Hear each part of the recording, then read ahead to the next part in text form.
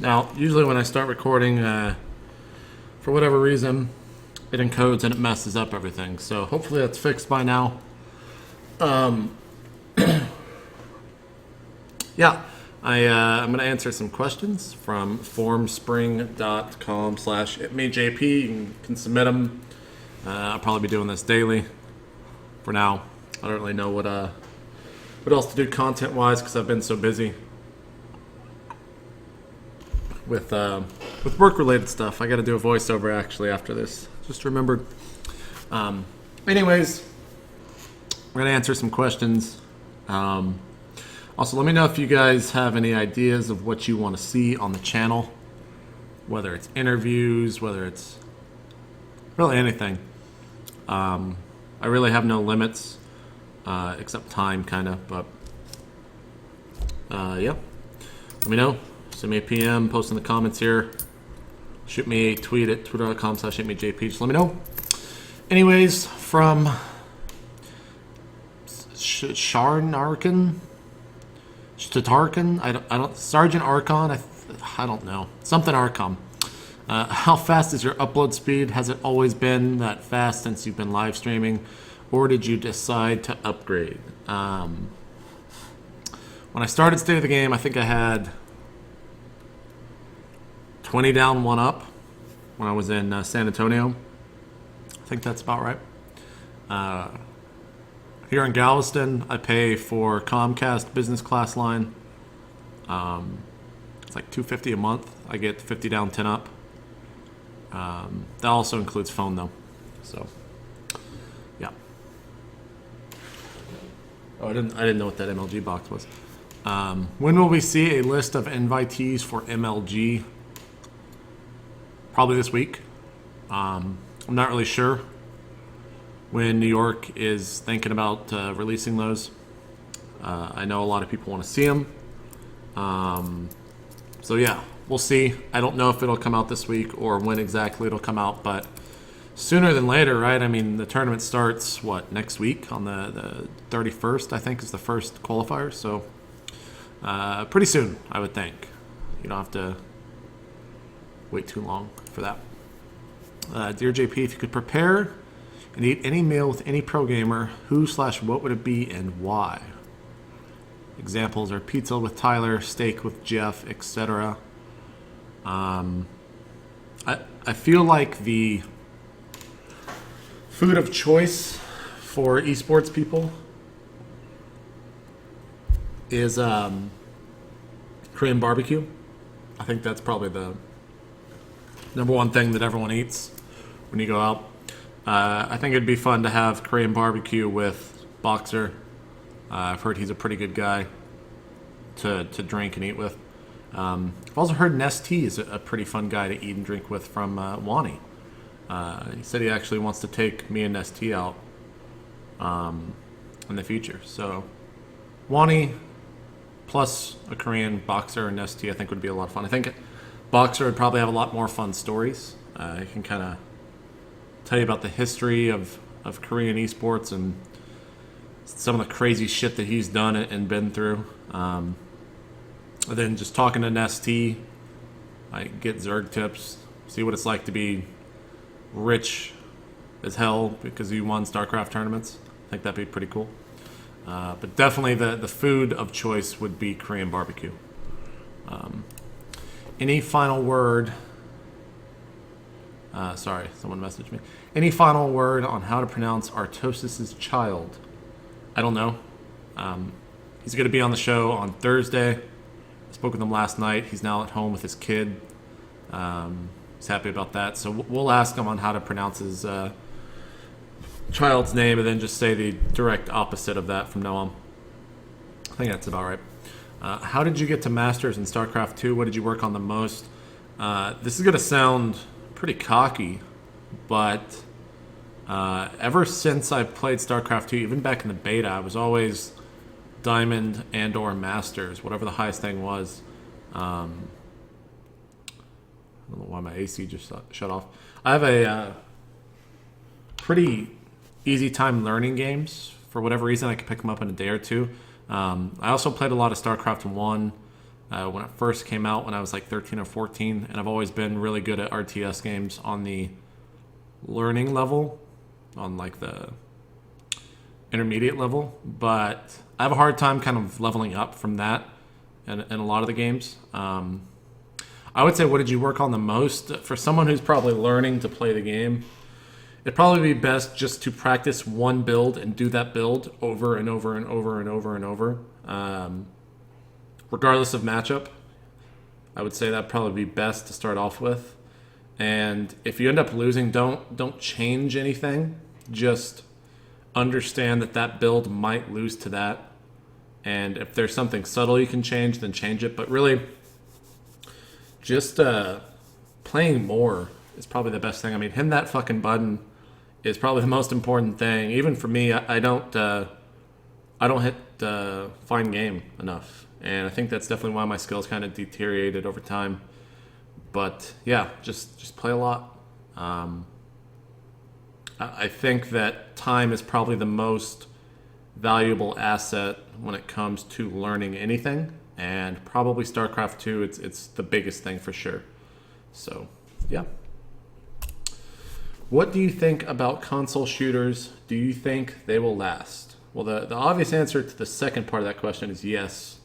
I mean, every time a Call of Duty game comes out, they sell more copies than the last one for some reason. Hopefully people stop buying rehashed content in a sense. I mean, if they want to play that, then they can play that. But the video game world is kind of in this weird thing where everything's a sequel or a trequel or the fourth game coming out. It's all kind of there's no new IPs, and that's one thing that I don't like. But anyways, getting back to the original question, what do you think about console shooters? A lot of people don't know this, but I wrote for Gotfrag. I started out writing for D-Pad as a video game reviewer. I think my first game ever reviewed that was put up on Gotfrag was for Kingdom Hearts 2. And from there, I started coverage of MLG stuff, Halo primarily. I played a lot of Halo 2 in high school. Hey, look, it's a mosquito. I need to kill that. Yeah, I played a lot of Halo 2. Wrote a lot of articles and did some score reporting for MLG at various console events, primarily. I think I just said for MLG, for Gotfrag at primarily MLGs. And they're good. I mean, obviously, a keyboard and mouse is the best way to play an FPS. But there's something about playing on a giant TV, playing a single player FPS, that's riveting. It's fun to do. I think the better question is, what do you think about competitive console shooters? I think they will always be better on a PC. In terms of multiplayer action, I mean, look at Quake, look at Counter-Strike. Those are kind of the golden levels of shooters, rather. But Halo is fun. Gears of War is pretty fun. And there's some good shooters out there for console. So yeah, I don't hate them or anything like that. I just think that competitively, they're better on the PC. And I mean, people buy Xboxes. They would rather buy a box, so to speak, like a console, for $300, $400, and take it out of the box. I don't think I got it. Take it out of the box, start it. Oh, he's dead.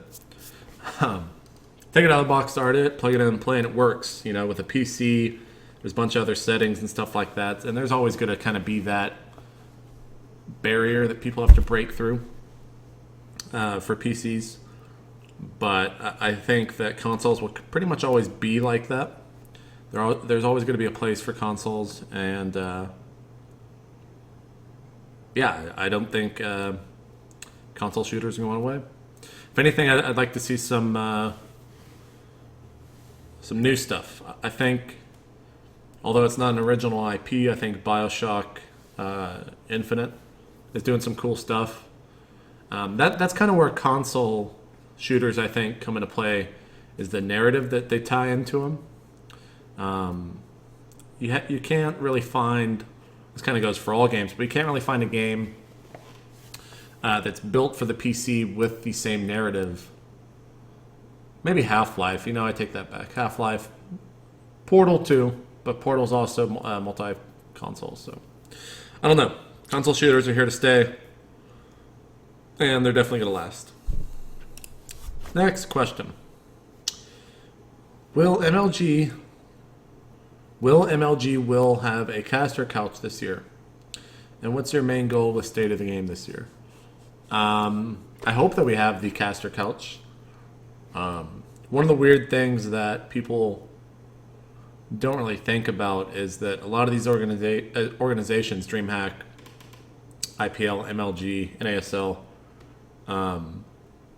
they don't like to copy each other because then it's kind of giving a nod to that other organization in a sense. At least that's the way I feel. GSL being the one that's kind of ruled out of that because everyone copies GSL. I mean, you can go listen to any caster when they're doing the player introductions. It's basically a ripoff of how GSL does their player introductions with the pause and everything, with the deep voice. Everyone tries to emulate that a little bit, but we might have a caster couch. Hell, we had a couch on the center stage.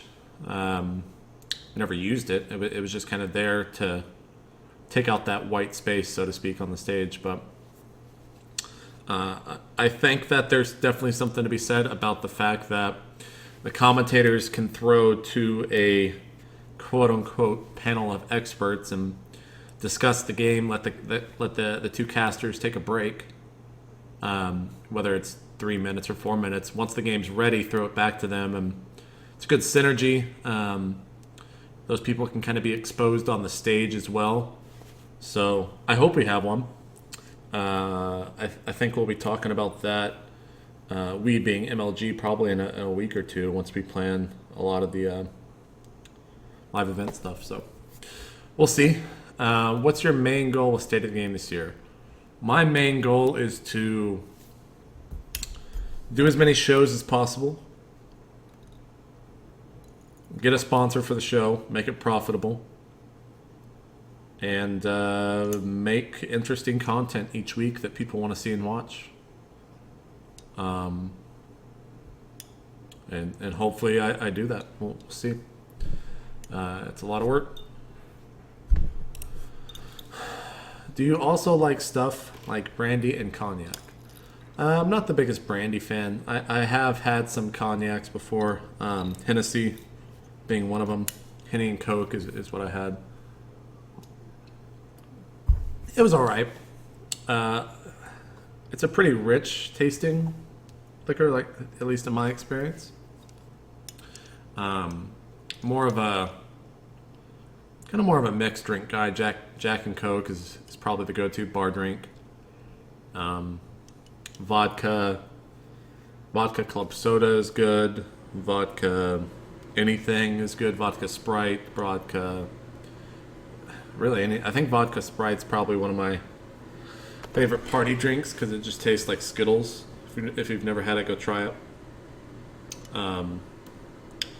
If I have to take shots, it's of tequila or of... probably my number one shot is a Sailor Jerry's rum shot. Feel that. It's a slight burn, but it goes down. Does the job. But brandy cognac, probably not the biggest fan. Will you start using that tequila gun in every State of the Game for the sake of esports? From Tobias Stanton. No, probably not. I'm definitely going to one-up a year from now. The tequila gun will be a fading memory because of what I've got planned for next year. I've already researched it, know where to buy it, know how much it costs. It's going to be pretty expensive.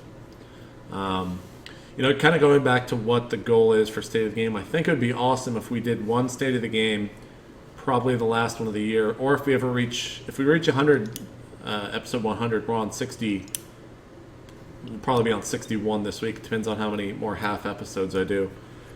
But maybe for episode 100 we do a entire live state of the game where all 5 of us are in the same place. I think that would be kind of cool. If the sponsors land, then maybe we can do something like that. So that'd be cool. How is the sponsor hunt going? It's going pretty good. Right now I am waiting on some art to be made.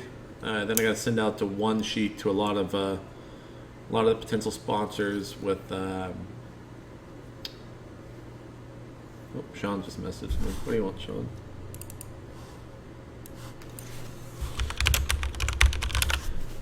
Put a lot of stats on it. Kind of go from there. I'm pretty confident, feeling pretty positive about a lot of that stuff. So, obviously, I don't want to talk about too much of that because it is kind of in talk, so to speak, and try to be transparent as possible with that stuff. But there's some things that really just you can't talk about. If StarCraft 2, the game you really want to get into, both casting/playing, or are you looking to spend quality time on other games as well? StarCraft 2 is an awesome game to cast and play. I wish that I played more, and I wish that I could play more. But there's something about the game that, and I don't know if this is specifically me or if it's a lot of people, but there's a lot of games out there where I can play more than 4 or 5 hours. Dota 2 being an example, I can play that game for 10, 12 hours straight, no problem. I get a little bit upset every now and then if someone does a stupid play, but I can play that game a long, long time. StarCraft 2, there's some times where you play 5 games in a row, and the amount of thought that gets put into each of those games, the amount of stress that I get while playing those games is pretty high. And because of that, I can't bring myself to play a ton of games over and over and over. So, yeah. Casting it, I love to cast it. I think I have certain things that about my voice kind of hold me back a little bit. And obviously, one of them I could get a pretty big surgery for. I don't know if that's worth it. There are speech pathologists that I could go to, but I've been pretty busy. Actually, in Galveston, it has one of the best speech pathology departments, I think, in the entire U.S. I've just been really busy, and I haven't gone yet. The other thing, casting-wise, I've always wanted to cast with the same person on a nightly basis, kind of like what Artosis and Tasteless have, because I think they're the only real casting duo in the entire world. Everyone else casts as 2 casters, kind of solo casting in a sense, but bouncing back and forth off of each other. They're not really having a conversation with each other, so to speak. So that's definitely something I'd be interested in, but it's tough, man. Nick and Dan kind of have a unique situation about that, so we'll see. Spend quality times on other games as well. I would love to cast Dota 2. I think that's one game that a lot of people say that I'm kind of I don't have that much excitement when I cast StarCraft 2. I think I'm not sure why that is, because I definitely am genuinely interested in what's going on. I kind of have a monotone voice in that sense, but Dota 2, I definitely have I get pretty hyped up if you ever watch me stream that game. And I have like stupid little sayings that me and my friends say that probably wouldn't translate because it'd be an inside joke. But that'd be fun to cast. Street Fighter 4, I've been playing a lot of that. I don't know why. Probably have some content here on the YouTube channel for that in the future. But yeah. Do you play League of Legends? No, I do not. My MOBA of choice is and always probably will be Dota or Dota 2. I just don't like League of Legends. I think there's a lot to be said about the fact that denying creeps, and also being able to hit B or whatever it is in League of Legends and go home instantly. That's kind of silly. But I think because of that, the game will always probably have more people playing it because the level of entry is a lot lower. And they do some smart things over there with that as well. People at Riot definitely know what they're doing when it comes to getting a newer player into the game. Dota 2 right now, unless they have some stuff in plan that they haven't announced or haven't made yet, that's going to be a hard game for people to get into. Yeah. MLG Toronto, is it going to happen?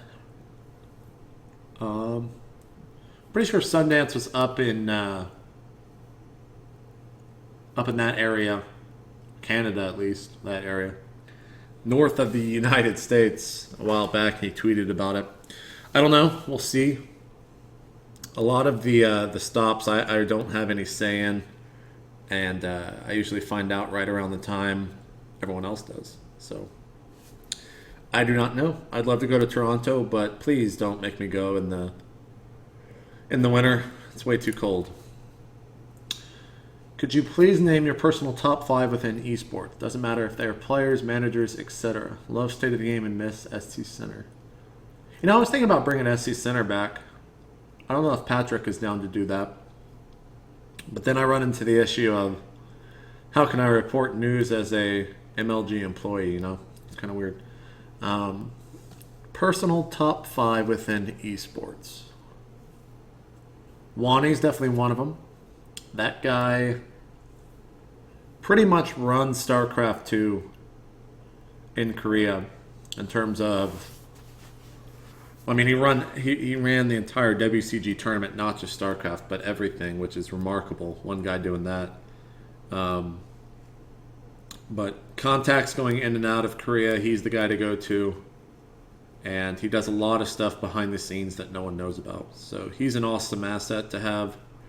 And for esports and for my own personal friendships and use. So he's a cool guy. Gunrun is probably another one of those guys because of how much he helps on a daily basis, whether it's me personally or all the other people on Twitch. Kind of in the same sense, Gunrun and Kevin Lin. Kevin, a name that you guys probably don't know, but he's the COO of Twitch. He's definitely helped a lot. Wheat, probably one of them. There's not another guy out there like Wheat in the sense of his work ethic, his level of work ethic, his professionalism. The fact that I can call him any time of the day with any problem, whether it's technical related, whether it's, hey, listen to this, tell me what you think about this, whether it's, hey, today sucked, let me talk to you about it. He's that type of guy. So he's definitely one of the most important people, I think, within esports, kind of behind the scenes and out there in front of them, or in the scene rather. 2 more. I think Idra is definitely one of those guys. He's one of the few, if not only, players that is marketable on a mainstream level. Because he takes care of what he looks like. He says the right things in the interviews. He's not afraid to back down. And he's just an interesting person to watch. He's also a really good friend of mine, so that might have some bias in there. But one last person. I mean, it's got to be Day 9, probably, just because of what he does. If this was a non-personal list, day 9 would be a shoo-in. But I don't really know a 5th on a personal list. I guess it's Sean. Sounds like I'm shitting on Sean, but I'm not at all. So let's do one more. When is MLG coming to Sweden? I don't know. That's kind of already answered that. Who is your least favorite StarCraft 2 commentator? And who is your least favorite StarCraft 2 player? This is kind of always an interesting question because it's basically asking us to shit on someone publicly and then for Reddit to talk about that, or someone always kind of have that in their back pocket. So I don't really have a least favorite StarCraft 2 commentator. I think that everyone who is a commentator has their niche they fill. Everyone that is a commentator has their positive and negatives.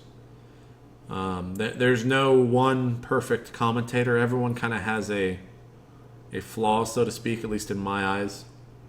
That's going to make me sound really self-righteous, but whatever. In terms of favorite SC2 player, or excuse me, least favorite SC2 player.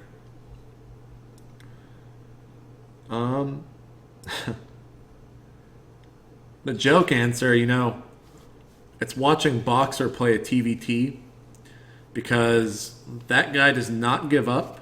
His games are fun. They're fun to watch the ends of. I can think of his match versus Rain, and his match versus TLO at MLG that took a long, long time. I think it was the Rain game. There was like 20 minutes of nothing going on. There was a TLO game. There was a lot of nothing going on. But he's probably the least favorite player to watch play TVT because it takes so long. But he's a fun player to watch regardless. But that's kind of a shitty answer, but whatever. I'm not going to talk shit about people I can work with in the future or will be working with, colleagues, so to speak. That's kind of silly. Why did the Zergling cross the road? To get to the spawning pool, man. Just gotta go hang out with all the other Zerglings. We give out more Riot Singed codes. I don't have any more to give. Gave out those last ones last night. And, I think I got one more question. I won't answer this. I'll start off tomorrow's thing if I do this daily, which I think I will. Tomorrow's questions with where do you see esports 5 years from now? I think that's a good one to kind of leave on. Where do you guys see esports 5 years from now? And I'll give my answer tomorrow. So formspring.com/itmeJP. Please ask me questions. It allows me to do these videos. Otherwise, it's just me talking to myself, and that's not fun for anyone. So thanks for the questions. Let me know what else you guys want to see content-wise. I want to do things a little bit differently here. Maybe I'll do some interview stuff. That sounds like some fun. Bring Wani on. Do like a monthly take on Korea. Get his thoughts on what everything's going on in Korea. I don't know. We'll see. But that's going to do it. I got to go record some voiceover. Put some groceries up that I bought. And I might stream some more stuff tonight. Anyways, thanks for watching, guys. We'll see you later. Peace.